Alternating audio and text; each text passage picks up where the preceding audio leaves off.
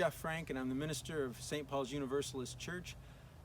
I'd like to welcome you to our weekly online service. This will be the last regular online service until the Sunday after Labor Day, though there will be content, I guess you would say, put out during the summer, and more on that a little later. This week's service will take place largely, as you can see, outside of our sanctuary. There's a very specific reason for that I will also get to later on.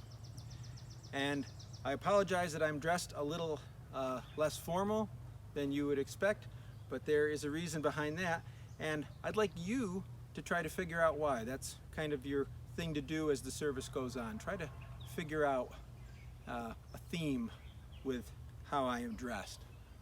But before we begin our service, let us open with the traditional lighting of our chalice. These are the words of Bruce Southworth.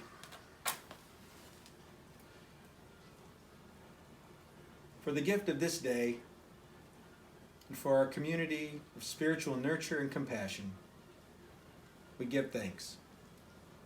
We light this chalice as a symbol of our faith. May our many sparks meet and merge in communion of heart and soul. Now here's Mark playing a song from, I believe, the 1979 Muppet movie, The Rainbow Connection.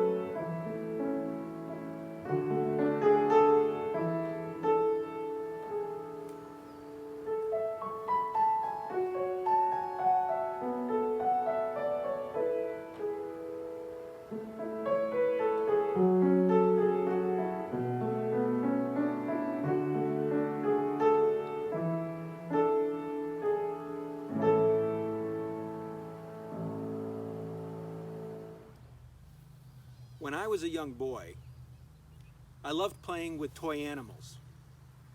And one of my favorite Christmas presents was a model of Noah's Ark, where you could take the animals and store them in the bottom of the boat, of the ark. And the story of Noah was, I think, my introduction to the Bible. I think it was the first Bible story I really learned about. And I think we all know the basic story of Noah, but just in case, here's a recap. God decides that he is so disappointed with his creation, especially human beings, that he intends to flood the world and wipe them out. However, there is one righteous family, and that is the family of Noah. And so God commands Noah to build an ark, a large boat. He even gives him the specific dimensions. And God also commands Noah to gather 2 of each animal, male and female, any type of animal that walks, crawls, or flies, and to build the ark, gather the animals, and to enter into that with his wife and his 3 sons and their wives. And Noah does this.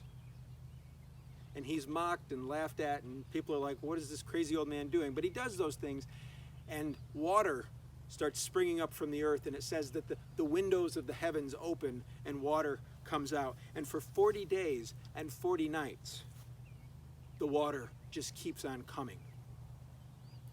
All other life, with the exception of presumably the creatures of the sea and the people and the animals in the ark, perishes. And it's another 150 days before the waters start to subside, and another 2 or 3 weeks before it's finally safe for everyone to come out of the ark. And following this, we find these words from the 9th chapter of the book of Genesis. Then God said to Noah and to his sons with him, as for me, I am establishing my covenant with you and your descendants after you, and with every living creature that is with you, the birds, the domestic animals, and every animal of the earth with you, as many as came out of the ark. I establish my covenant with you, that never again shall all flesh be cut off by the waters of a flood, and never again shall there be a flood to destroy the earth. God said, this is the sign of the covenant that I make between me and you and every living creature that is with you for all future generations. I have set my bow in the clouds, and it shall be a sign of the covenant between me and the earth. When I bring clouds over the earth, and the bow is seen in the clouds, I will remember my covenant that is between me and you and every living creature of all flesh, and the waters shall never again become a flood to destroy all flesh. When the bow is in the clouds, I will see it and remember the everlasting covenant between God and every living creature of all flesh that is on the earth. God said to Noah, this is the sign of the covenant that I have established between me and all flesh that is on the earth. The story of Noah is one of those that, while not factually true, nonetheless contains powerful truths. The bow is, of course, the rainbow. And the significance of it was this. In ancient times, when a warrior hung his bow upon the wall, it was symbolic of his intention to stop fighting, to give up fighting. In other words, it was a symbol of peace and of hope for better times. And I wanted to end the church here with that theme as we head into summer, because the more I think about it, the more I see parallels between the story of Noah and what we are experiencing in our lives today.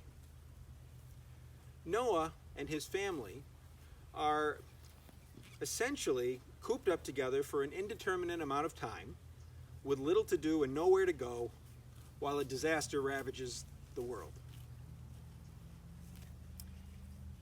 Did they get on each other's nerves? Did they experience frustration, irritation, fear, anxiety, and boredom as the days passed, wishing that things could go back to the way they were before? Were they relieved to be spared? Did they feel guilt or somehow unworthy for surviving when so many others had not? In other words, Noah and his family's experiences are not unlike those we have been experiencing in the wake of this ongoing pandemic. We're quarantined, able to only be around people we live with. We can't get out much. We're experiencing a torrent of emotions, and we just want things to go back to some semblance of normalcy. We know that they won't be the same, but they've got to be better than this. We just want it to end. And that's where the rainbow comes in. Noah, his family, his ark, and all the animals inside ride out the storm, ride out the flood. They come out the other side of it. They get to dry land. They get to leave their quarantine. And God makes a promise, a covenant with them.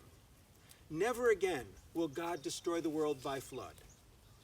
As a promise, God places a rainbow in the sky. God, in effect, hangs his bow up on the wall as a symbol of peace and hope for better days. I will be the first to tell you that I have not weathered this quarantine especially well. Nearly every day I feel like I climb on some emotional roller coaster ride. I just want the ride to end, to get back to some semblance of a normal life. I know that things won't be the same, but I want my family and for everyone else to come out of this as unscathed as possible. I'm looking for the rainbow of hope and peace. And though I am not a patient man, Lord knows I am not a patient man, I hold on to faith that the rainbow will appear. We will come through this. I will be able to embrace my friends and loved ones again. I will be able to lead church services with you all in the sanctuary again. We'll be able to catch up over coffee and cupcakes again. Good things are coming. We just may have to wait a while longer. Amen. Now here's Mark with Over the Rainbow.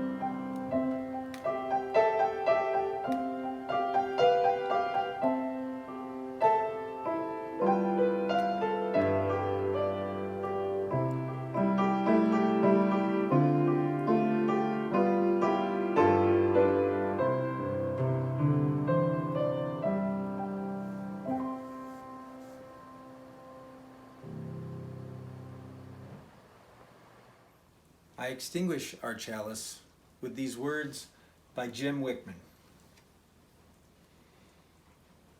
May our faith sustain us, our hope inspire us, and our love surround us as we go our separate ways, knowing that we will gather again in this beloved community. Amen. So, what is the point of my clothes changing and leading the service from outside of our sanctuary? Well, each of the clothes, hopefully you noticed, had a different color, and it corresponded to the colors of the rainbow, which is today's theme. And as we head into the summer months, I want you to remember another lesson of the rainbow. A rainbow is formed when light passes through water droplets. That single light suddenly divides into a multitude of colors. How boring life would be if it was only in one color. How boring songs would be if they were just one note.